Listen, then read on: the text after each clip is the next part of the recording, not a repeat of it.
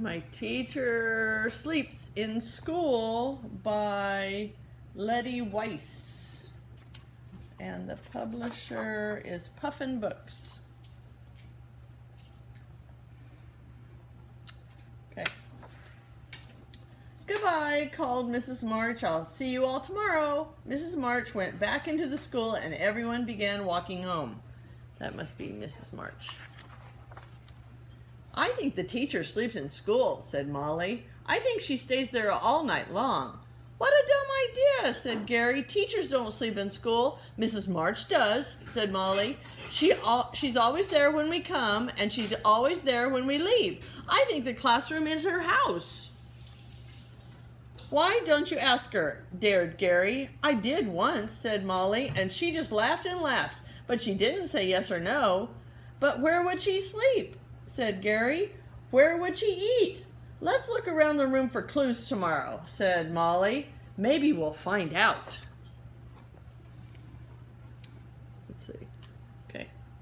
The next day, Gary could hardly do his work. He kept watching Mrs. March and wondering, what if it's really true, he whispered to Molly. What if she really does live here? Pretty soon, Lisa and Jason were wondering too. Where does she keep her clothes? Asked Jason. In the closet, of course, said Lisa, behind the paste and paper. At playtime, when Mrs. March wasn't looking, they opened the closet door. Look, whispered Lisa, a towel and soap and a mirror, squealed Gary. I bet she gets dressed in this closet, said Molly. And undressed too, giggled Lisa. That's Hildy right there. I'll bet she wears funny pajamas, said Gary. And gloppy cream on her face, said Jason. They pictured Mrs. March in her pajamas and couldn't stop laughing. Pajamas, closet. Next day, they tiptoed over to the play kitchen. I saw her hide 2 bags here this morning, said Molly. More proof, said Gary in a loud whisper.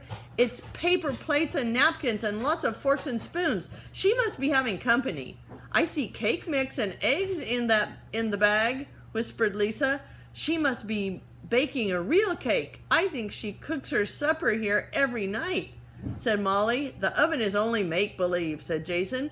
She can make it work, said Molly. Teachers can do anything. I don't know. Then they thought about where Mrs. March ate her supper and did her laundry and brushed her teeth before she went to bed. But where did she sleep? That was still a mystery. Maybe she sleeps on the bookshelf, suggested Gary. Or on the piano, said Molly. They looked and looked, but they couldn't find any clues. Then after lunch, everyone was getting ready for an art project. When Mrs. March was in the closet getting paper, Gary snooped around behind her desk. There's something under here, he whispered. Come and see. A pair of slippers, said Molly, and a pillow. She must sleep under her desk. I never thought of that. I told you, said Gary. She really does sleep in school. Poor Mrs. March, sighed Lisa. I bet it's so lonely here at night and creepy, said Jason. Then Molly had an idea. Let's leave her a good night snack, she said. And a nice note, said Jason. And something cuddly to sleep with, said Lisa. Gary had part of a sandwich left over from lunch. Jason had saved 6 potato chips for later. Lisa got the teddy bear out of her cubby. Molly was in charge of the note. Surprise, she wrote. We know you sleep here. Good night. Sleep tight. Gary promised to keep everything a secret, but soon the whole class knew. Everyone started giggling and whispering. Mrs. March looked puzzled. What's going on here today? She asked, but nobody answered. By 3 o'clock, Molly had wrapped up the good night package. Then Gary sneaked it under Mrs. March's desk.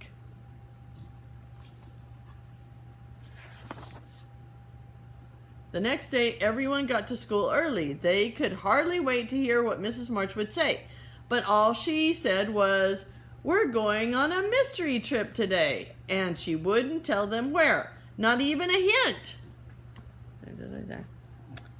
Everyone got on the school bus. They rode and rode, and at last they stopped at a white house with a blue door. What do you think?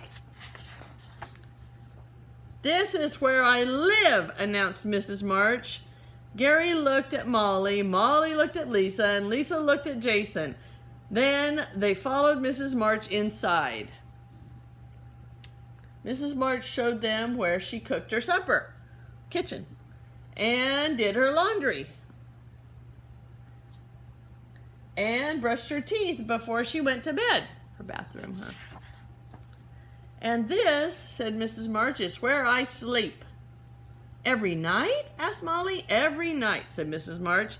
Then she showed them her children's rooms. "You have children?" asked Lisa. "Yes," said Mrs. March. "They're in school all day, just like you. When my husband and I get home from work, we're all together." "Just like us," said Molly. "Now follow me," said Mrs. March. "I've saved the best for last." She led the class into the dining room where the paper plates and napkins from the shopping bag at school. "I've been planning this special treat for the class," said Mrs. March. "Oh," said Molly, "we thought—" "I know what you thought," Mrs. March said, laughing. Then Mrs. March brought out a big cake, and just like Molly's note, it said, "Surprise!" "I baked this last night," said Mrs. March. "I baked it in my own oven, in my own kitchen, and after that I went to sleep in my own real bed." Gary gave Molly a poke. "I knew it all the time," he bragged. "Teachers never sleep in school." Molly didn't even answer him. Mrs. March was smiling at her in a special way. "Molly," she said, "would you help me cut the cake?" Mrs. March served everyone a piece with a heart on it. Oh, that's nice. Everyone got a heart. And she saved the biggest heart for Molly. Oh, that was nice.